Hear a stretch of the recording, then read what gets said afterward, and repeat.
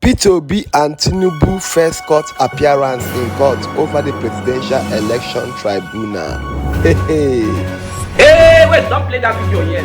Welcome to Dust TV. This is your home of all daily Nigerian trending entertainment news and gossip you need to see and watch. Yes, we keep you entertained 247. Yes, 247. So just subscribe and press the bell icon to be notified anytime we drop the latest video concerning your news and trending gist. So roll the video now. Roll it. Details. Labour Party presidential candidate Peter Obi and APC presidential candidate Tinubu, who is also the president-elect after the general election. Okay, they are now appearing in court one after the other over the election petition tribunal that is going on. Okay, the major news here is that Peter Obi and Labour Party has made a public demand for the court to allow these proceedings to be televised publicly for obedience to see how the Nigerian judiciary system works. President-elect Asiwaju Bola Tinubu of the ruling All Progressive Congress (APC) has expressed his readiness to defend his mandate in court, saying he accepts the decision of the Labour Party candidate Mr. Peter Obi to challenge the outcome of the election. Tinubu's position was made known in a statement issued Thursday in Abuja and signed by the Director of Media and Publicity at the APC Presidential Campaign Council (PCC) by Bayo Onanoga. Part of the statement reads, "We watch with dismay today's press conference addressed by the presidential candidate of Labour Party, Mr. Peter Obi, where he made very weird and wide claims about the outcome of the just concluded presidential and national assembly election, an election in which he emerged a second runner-up according to the result declared by the Independent National Electoral Commission. We welcome the decision of Mr. Obi to seek redress in court as an aggrieved party if he is convinced of the evidence of electoral frauds he will present before tribunal as alleged. Going to court is part of the electoral process and it is the most decent, statesmanlike and civilized course of action to take. We salute the decision. It is surely better than calling supporters to the streets and instigating social unrest." Tinubu added that before Mr. Obi goes to court, Tinubu considers it necessary to challenge some specific claims in his press address. He said, "Contrary to Obi's statement, it is not true that the election held on 25th February was not free and fair. According to Tinubu, the 2023 election is one of the most transparent and peaceful elections in the history of Nigeria." He said it is because the process was credible that made it possible for Mr. Obi's Labour Party to record the over 6 million votes it got, contrary to the pre-election forecast. The Labour Party and Mr. Obi surprised bookmakers by winning in Lagos State, Nasarawa Plateau, Delta and Edo, where they are sitting governors of either all the Progressive Congress or the People's Democratic Party. Those governors have entrenched political machinery that Obi won access to the credibility of the election process. In those states, most of the sitting governors contested elections to go to the Senate and lost to the two non-candidates of the Labour Party. The Labour Party also swept the entire 5 South-East states under the control of either APOGA, PDP or APC. We believe that the Labour Party presidential candidate contradicted himself and exposed himself to public ridicule by suggesting that the election was only credible in states and places his party won. We need us to forewarn Mr. Obi that when he gets to court, he should be prepared to tell the world how his party won over 90% of the votes in his region of South-East, while other parties got almost nothing. We have evidence of voter suppression, intimidation and harassment in the South-East, especially of those who came out to vote for our party.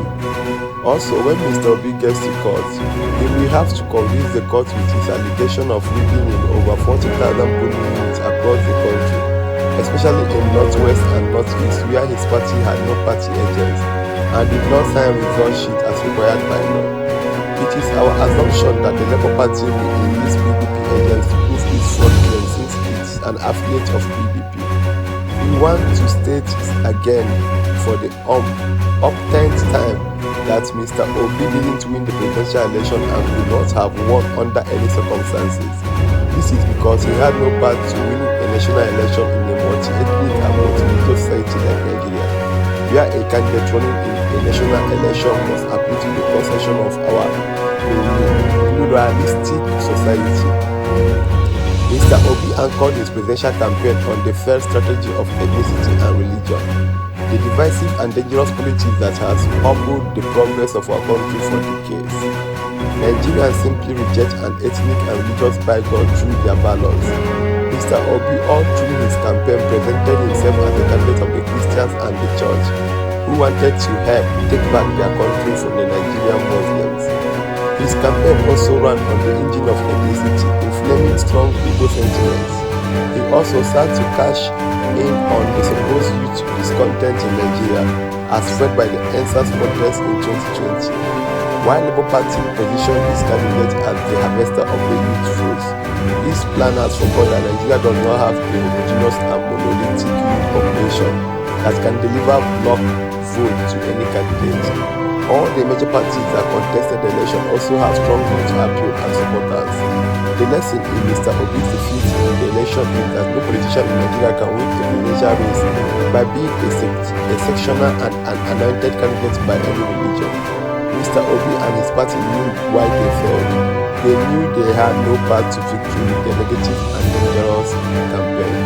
We owe Labour Party and Mr. Peter in the blunt truth.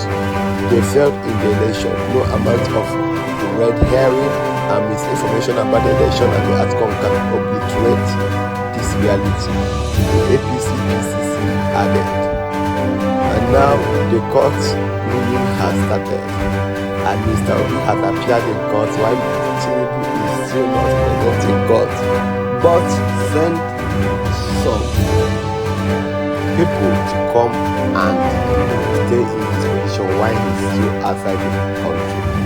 For now, Mr. Peter Obi is appealing to the media and the court to allow the court proceedings to be televised publicly for everyone to see how the Nigerian judiciary works, whether it's working perfect or there are some minors we need to make up. Okay, what are your thoughts over this? Would you like to see and watch how the tribunals will go, or you just want to hear the information that some particular news vendors will use to through the publicity? For me, I would like the hearing to be public. Let's watch it and see how they drag these mandates that they claim is stolen or taken. I'm an obedient to don't get me wrong. I come in peace. Bye-bye. The elected president who will be looking at this country. I told the National Assembly yesterday, there's nothing to share again. We're not looking for those who share what we have. We want wealth creators. And I'm asking, as a party, let us go and look background. Where are they coming from? What have they been able to do in the past 30 years to create wealth?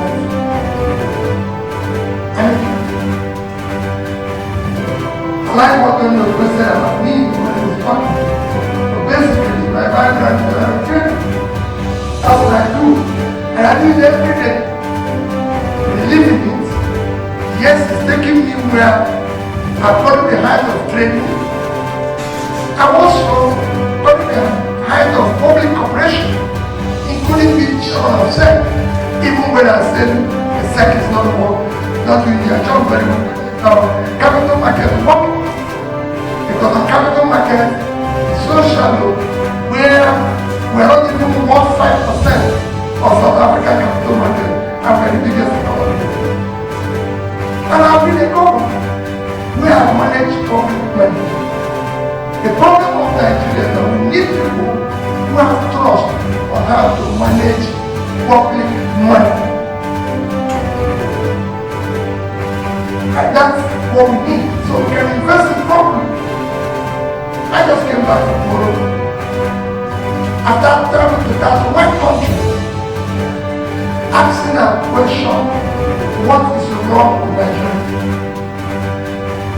Morocco is doing well today and being celebrated in Africa. Morocco is going. Everybody is going. Everybody is going well. Morocco's debt to GDP is about 80%.